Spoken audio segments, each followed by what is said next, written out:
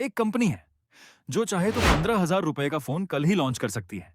उसके पास पैसा है, टेक्नोलॉजी है, इंजीनियर्स हैं, फिर भी वह ऐसा नहीं करती। सवाल है क्यों? और नहीं, जवाब सिर्फ इतना नहीं है कि एप्पल ग्रीडी है।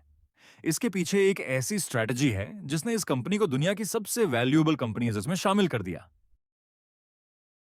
सोचो, अगर कल एप्पल अनाउंस करे कि नया आईफोन सिर्फ 14,999 रुपए, हम क्या होगा? करोड़ लोग खुश होंगे, लेकिन शायद एप्पल खुद सबसे ज्यादा लूज करे। आज हम समझेंगे कि एप्पल असल में फोन नहीं बेचता, वो कुछ और बेचता है। 2007 जब स्टीव जॉब्स ने पहला आईफोन लॉन्च किया था, तब स्मार्टफोन मार्केट बिल्कुल अलग थी। ज्यादा की कंपनीज रेस में थी कि कौन सबसे ज्यादा फीचर्स दे सकता है। लेकिन एप्पल ने एक अलग रास्ता चुना। उसने कहा, हम सबसे सस्ता फोन नहीं बनाएंगे, हम ऐसा फोन बनाएंगे जिसे लोग लेना चाहेंगे, चाहे उसके लिए ज्यादा पैसे देने पड़े। उस वक्त शायद बहुत लोगों को यह स्ट्रैटेजी रिस्की लगी होगी, लेकिन आज इसी स्ट्रैटेजी ने एप्पल को दुनिया के सबसे पावरफुल ब्रांड्स में ला खड़ा किया। लेकिन यहां सबसे इंटरेस्टिंग बात आती है, एप्पल के लिए एक चीप आईफोन बनाना मुश्किल नहीं है। बहुत सी कंपनीज कम प्राइस में अच्छे स्मार्टफोन्स बना लेती हैं। तो फिर एप्पल क्यों नहीं? क्या वह नहीं बना सकता, या वह बनाना ही नहीं चाहता? इसका जवाब समझने के लिए हमें एप्पल के बिजनेस को नहीं, इंसान के दिमाग को समझना पड़ेगा। सबसे पहले एक सिंपल एक्सपेरिमेंट करते हैं। अगर मैं तुमसे पूछूं, दुनिया के सबसे प्रीमियम स्मार्टफोन ब्रांड का नाम क्या है, शायद तुम्हारा पहला जवाब होगा एप्पल। अब सोचो, अगर वही कंपनी कल 15,000 रुपए का फोन लॉन्च कर दे, क्या लोग उसे उतना ही प्रीमियम समझेंगे? शायद नहीं। ब्रांड इमेज, एप्पल प्रोडक्ट्स सिर्फ स्पेसिफिकेशंस की वजह से फेमस नहीं हुए।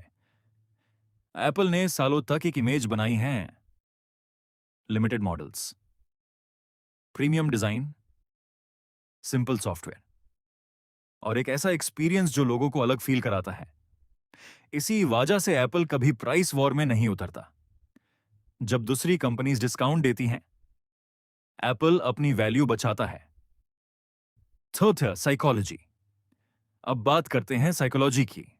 इंसान सिर्फ जरूरत की चीजें नहीं खरीदता, कभी कभी वो अपनी आइडेंटिटी भी खरीदता है। लग्जरी वॉच, एक्सपेंसिव शूज या फिर एक आईफोन। कई लोगों के लिए ये सिर्फ फोन नहीं होता, ये एक फीलिंग होती है। इसी फीलिंग को मार्केटिंग की लैंग्वेज में प्रीमियम पोजिशनिंग कहा जाता है, और एप्पल इस गेम का मास्टर है। Why not cheap? अगर एप्पल बहुत सस्ता फोन लॉन्च कर दे, तो हो सकता है उसकी सेल्स कुछ टाइम के लिए बढ़ जाए, लेकिन उसकी प्रीमियम इमेज धीरे धीरे कमजोर पड़ सकती है। और एक प्रीमियम ब्रांड के लिए इमेज कभी कभी प्रोडक्ट से भी ज्यादा इंपॉर्टेंट होती है। लेकिन यह तो सिर्फ आधी कहानी है। एप्पल का असली पैसा फोन से नहीं, बल्कि उसके बाद शुरू होता है। और वही स्ट्रैटेजी एप्पल को बाकी स्मार्टफोन कंपनीज से अलग बनाती है।